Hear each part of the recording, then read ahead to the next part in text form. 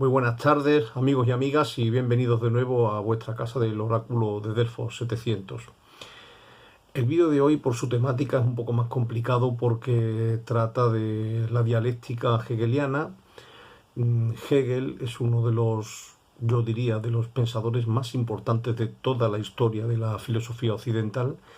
Es un alemán del siglo XIX y en él, de alguna manera, para la opinión o para el decir de muchos historiadores de la filosofía, en él culmina, diríamos, toda la historia de la metafísica occidental, ¿no?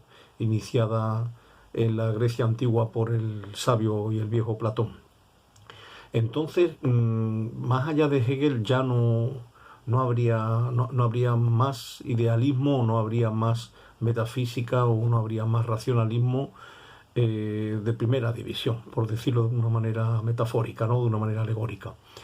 Hegel es un autor complicado. Los alemanes en general suelen ser complicados. Yo de eso estoy convencido porque yo no sé alemán y muchos de ellos me resultan complicados traducidos al castellano, con que imagino que no quiero ni imaginarme lo que sería, ¿no? Tenerlos que leer en el idioma alemán. Recuerdo una anécdota de un profesor que yo tuve en la universidad, que además era catedrático de filosofía alemana y un experto que había hecho la tesis doctoral sobre la filosofía alemana y la había hecho en alemán. Y un día me lo encontré un sábado por la mañana paseando por mi barrio y lo saludé efusivamente. Hombre, ¿qué haces por aquí? Y me dijo: mira, Pedro, te voy a dar un consejo. Si alguna vez intentas leer a Schelling y no lo entiendes, lo intentas una segunda vez y no lo entiendes tampoco. Si a la tercera ya no lo entiendes, lo mejor es que te des un paseo, que era lo que él estaba haciendo.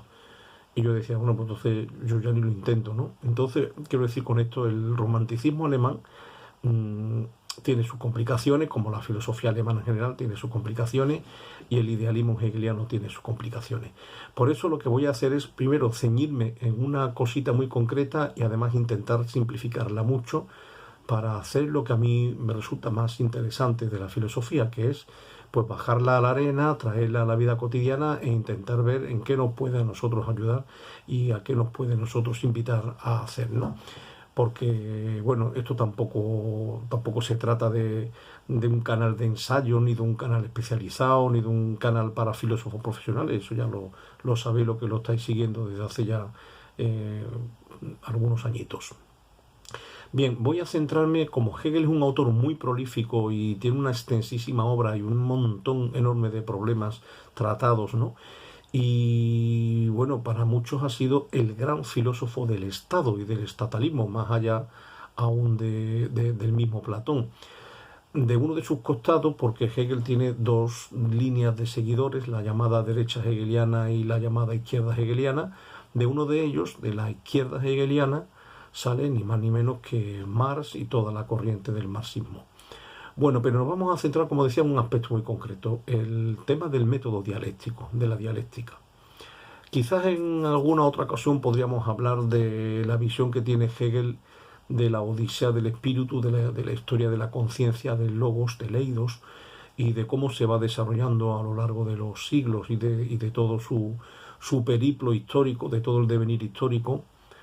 De tal modo que podríamos decir Hegel culminaría una forma de pensar que tuvo su inicio en el presocrático Heráclito, que sería el primero, aunque también en Anaximandro, el presocrático, hay una cierta suerte de dialéctica, pero que culminaría, como digo, de modo, bueno, pues de modo ya privilegiado, de modo sublime, en la dialéctica de Hegel.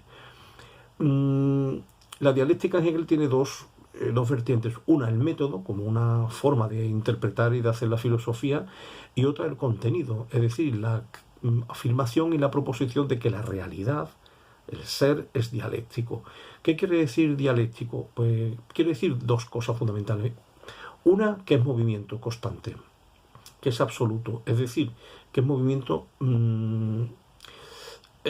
no hay ninguna opción a que el ser se pare una manera, que la realidad se pare de ninguna forma, que se pare un solo segundo.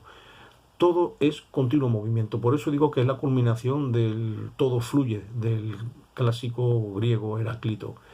Eso es una de las dos cosas. La realidad es dialéctica porque la realidad está siempre en movimiento. Pero también es dialéctica porque está en un movimiento de lucha de contrarios interno. Eso también estaba en Heráclito.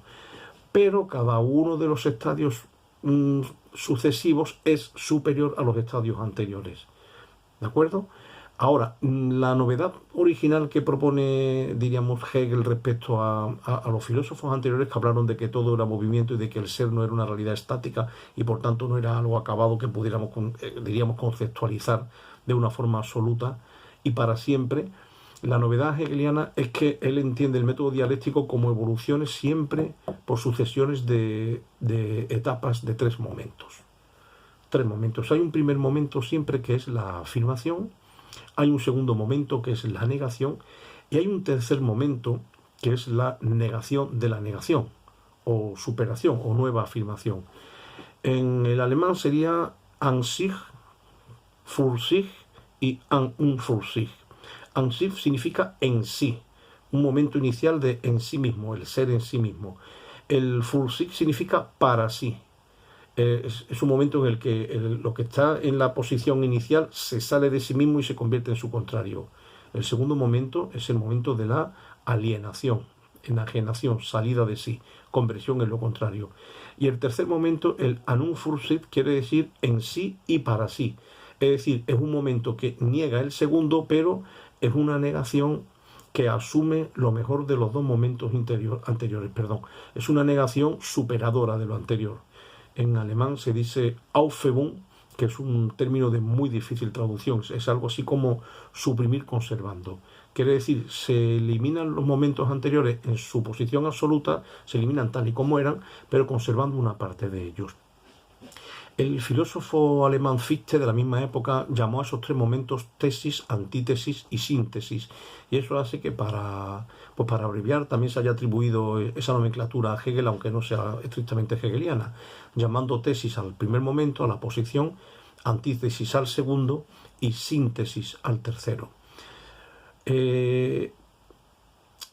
La posición, el momento inicial es el en sí de cualquier cosa. Cualquier ente tiene un ser en sí mismo que tú puedes absolutizar. Ese ente en algún momento, por lo que sea, o esa realidad, sea de lo que sea, de lo que estemos hablando, esa realidad en algún momento puede extrañarse, salir de sí misma, convertirse en su contrario. El momento de negación. Negación o supresión, ¿no? Eso sería el para sí. Y luego este segundo momento a su vez es negado en un tercer momento, que es el momento sintético, el momento que engloba a los dos momentos anteriores en un estadio superior.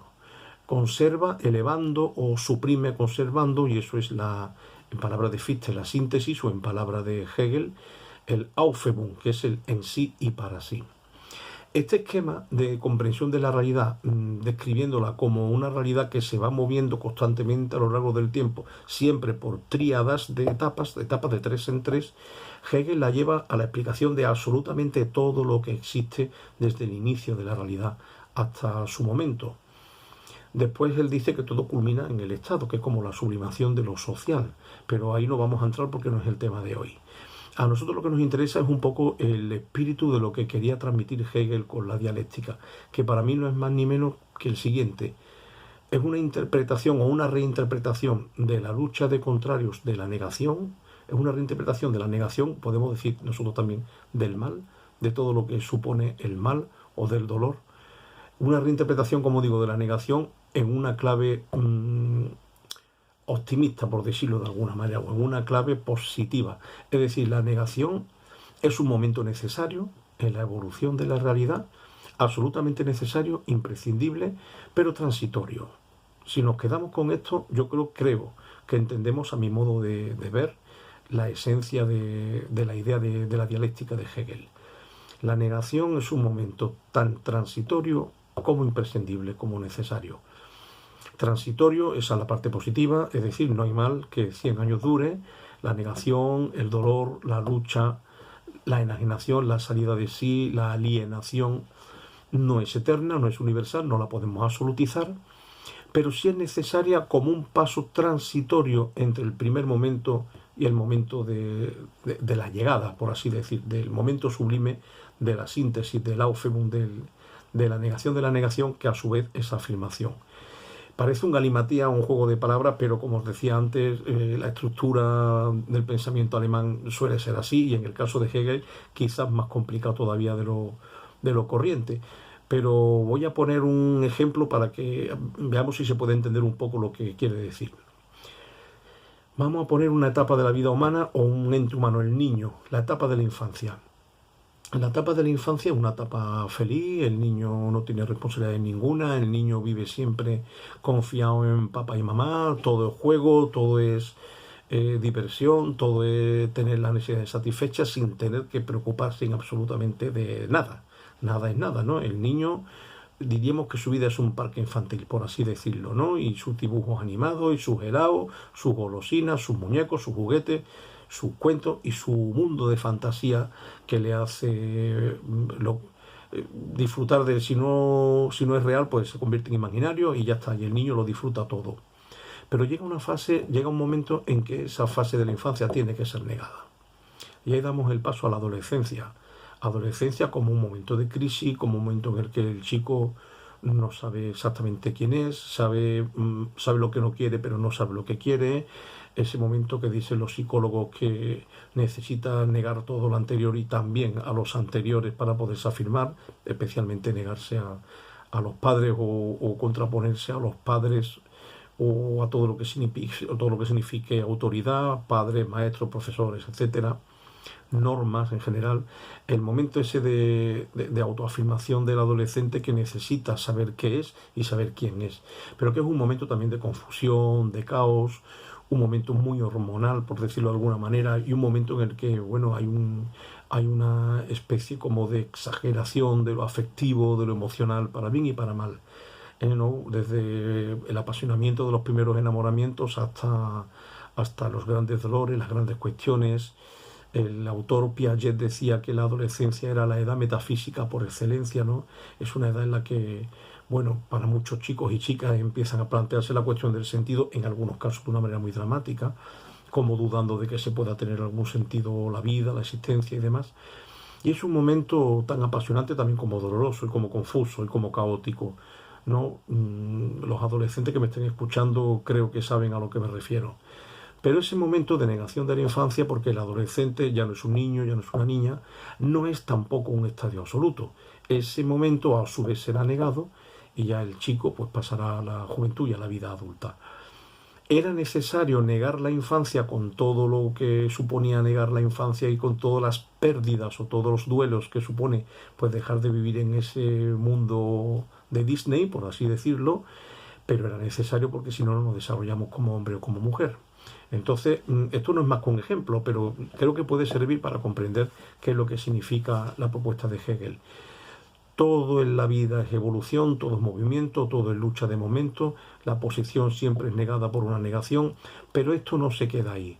El momento de la negación, el momento del dolor, el momento de la confusión, el momento de la noche oscura, da paso después a un momento de resurrección, a un momento de luminosidad y a un momento en que cuando uno mira hacia atrás comprende que fue necesario vivir lo que se vivió, que fue necesario pasar lo que se pasó.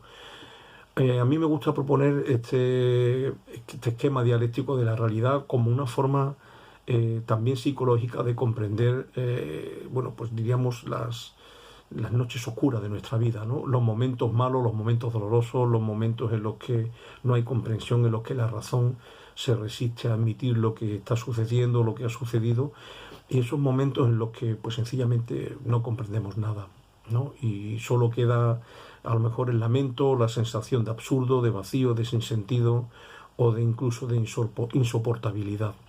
Sin embargo, el esquema de Hegel nos hace comprender que ese momento, aunque en este instante no lo podamos comprender por las razones que sean, más adelante entenderemos que era un momento necesario y un momento imprescindible para un crecimiento superior y para llegar a una etapa a la que nunca hubiésemos llegado si no hubiésemos pasado por este momento de negación. Bueno, de momento lo dejamos aquí porque ya llegamos al cuarto de hora que siempre me propongo como tope máximo en este formato de vídeos. Espero que os pueda servir para algo y por supuesto, como siempre, estáis invitados a criticar, a opinar, a comentar o a lo que os parezca. Muchas gracias por estar aquí y hasta el próximo vídeo.